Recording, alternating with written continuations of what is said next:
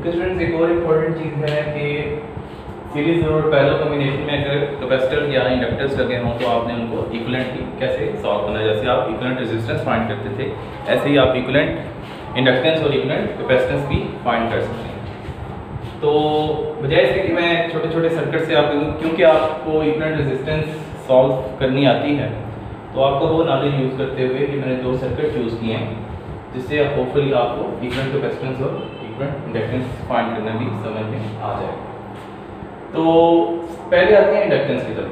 Inductance तो बिल्कुल वैसे ही ऐड होती है जैसे रेजिस्टेंसेस ऐड होती है।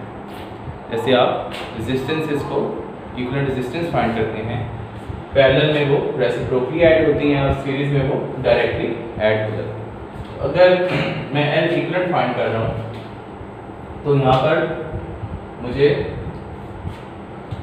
नजर आ रहा है कि 6 मिली हेनरी इस 6 मिली हेनरी के पैरेलल में है और ये 6 मिली हेनरी इस 6 मिली हेनरी के पैरेलल में। मीन ये तीनों 6 मिली हेनरी की इंडक्टेंसेस आपस में पैरेलल में, ठीक है। या अगर आपको इससे समझ नहीं आ रही पहले तो आप ये समझ लें कि ये तीनों पैरेलल में है। पैरेलल में क्यों है? पैरेलल की हमने क्या डेफिनेशन रखी है आपकी, टेल हेड से डायरेक्टली कनेक्ट होनी चाहिए। ये देखो, इन तीनों 6 मिली की टेल डायरेक्टली कनेक्टेड है, इनका हेड भी, ये देखिए ये शॉर्ट सर्किट, हेड भी इनका डायरेक्टली कनेक्टेड है। इसका मतलब है तीनों पैरेलल में। या इसको, इस सर्किट को मैं सिंपलीफिकेशन के लिए रीड्रॉ करूं तो ये सर्किट ऐसा है एक्चुअली।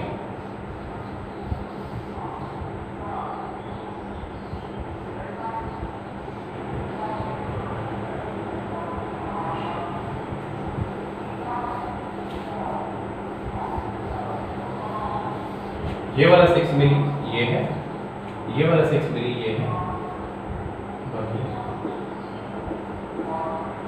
ये वाला ये वाला ये है, ये वाला ये, और एक्चुअली ये दोनों सेम सर्किट है, ठीक है। तो अब आपको क्लियरली नजर आ रहा है कि तीनों 6 मिली आपस में पैरेलल में है। तो आपको पता है कि तीनों पैरेलल में आप कैसे ऐड करते हैं, और हमें ये भी पता है कि अगर वैल्यू सेम हो तो रिजल्टेंट हाफ होता है। Mean 6 milli parallel to 6 milli is 3 milli henry. Reciprocally अगर आप उसको देखें फिर 3 मिली पैरेलल टू 6 मिली कितना बन जाएगा, 18/9 टू 2 मिली हेनरी। तो इस पूरे कॉम्बिनेशन की जगह आप इसके रिजल्टेंट से सब्स्टिट्यूट कर सकते हैं, जो कि होगा 2 milli henry. 2 milli henry series में है 6 मिली के, सीरीज में इंडक्टेंस बिल्कुल रेजिस्टर की तरह ही ऐड होती है, तो ये ऐड होके 8 मिली हेनरी बन जाएगा। Now 8 milli in parallel to 6 milli, parallelly reciprocal add होंगे 48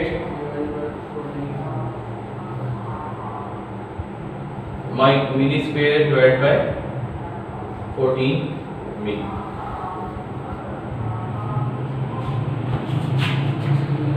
24/7 milli henry. So equivalent inductance is 24/7 milli henry. नहीं, इक्विवेलेंट ये नहीं, ये हम ये वाली 6 मिली लगाना पड़ेगा। तो अब ये 4/7 मिली बनती है, तो अब इसकी जगह इनका रिजल्टेंट 4/7 आ जाए। अब देखते हैं 24/7 सीरीज में बन रहा है 6 मिली के, इसमें जब आप 6 मिली ऐड कर देंगे तो आपके पास इक्विवेलेंट इंडक्टेंस आ जाएगी। ये बिल्कुल इंडक्टेंस के जो कॉम्बिनेशन है वो बिल्कुल रेजिस्टर्स की तरह ऐड होते हैं।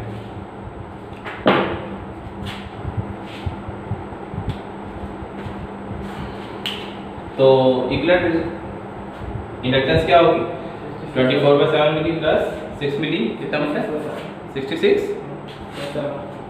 इक्विवेलेंट बनता है प्लस 6 मिली अगर हम कर दें तो 6 मिली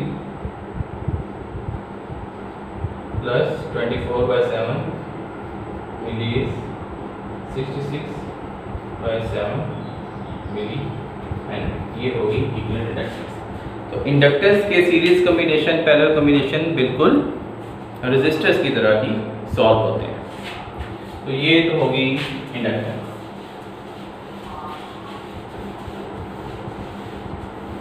अब आते हैं कैपेसिटेंस। कैपेसिटेंस में थोड़ा सा चेंज है रेजिस्टेंस से या इंडक्टेंस से। कैपेसिटेंस पैरेलल में डायरेक्ट ऐड होती है और सीरीज में रेसिप्रोकली ऐड होती है, ये उल्ट है रेजिस्टर का। अब फॉर एग्जांपल हमने सी इक्विवेलेंट फाइंड करना है, तो हम इसको कैसे सॉल्व करेंगे? पैरेलल में जो कैपेसिटेंस है उसको बजाय रेसिप्रोकली ऐड करने के डायरेक्ट ऐड कर लेंगे। 4 + 2 6 माइक्रोफैराड, ठीक है, क्योंकि ये रेजिस्टर के उल्ट है, ये पैरेलल में डायरेक्ट ऐड होती है और सीरीज में रेसिप्रोकली ऐड होती है। तो 4 + 2 कितना बन जाएगा? 6 माइक्रोफैराड। तो ये हो गया 6 microfarad.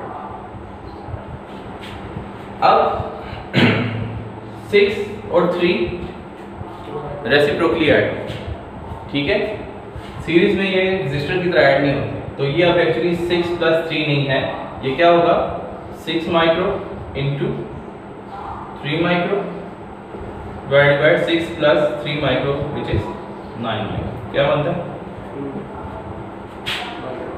18 micro square over 9 micro is actually 2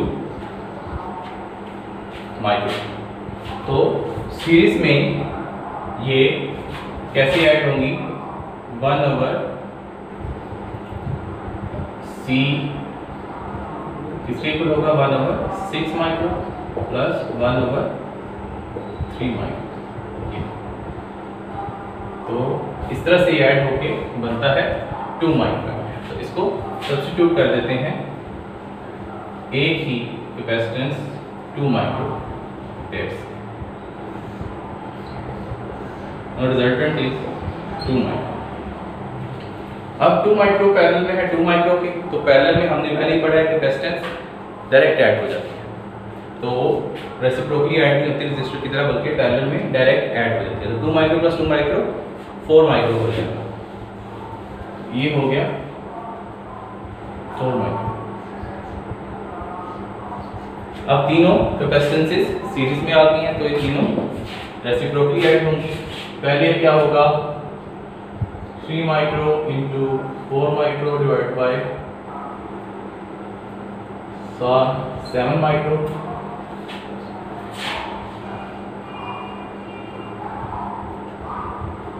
twelve by 7 micro आ गई इन दोनों की, और फिर 12/7 माइक्रो रेसिप्रोकली ऐड होगा 12 माइक्रो।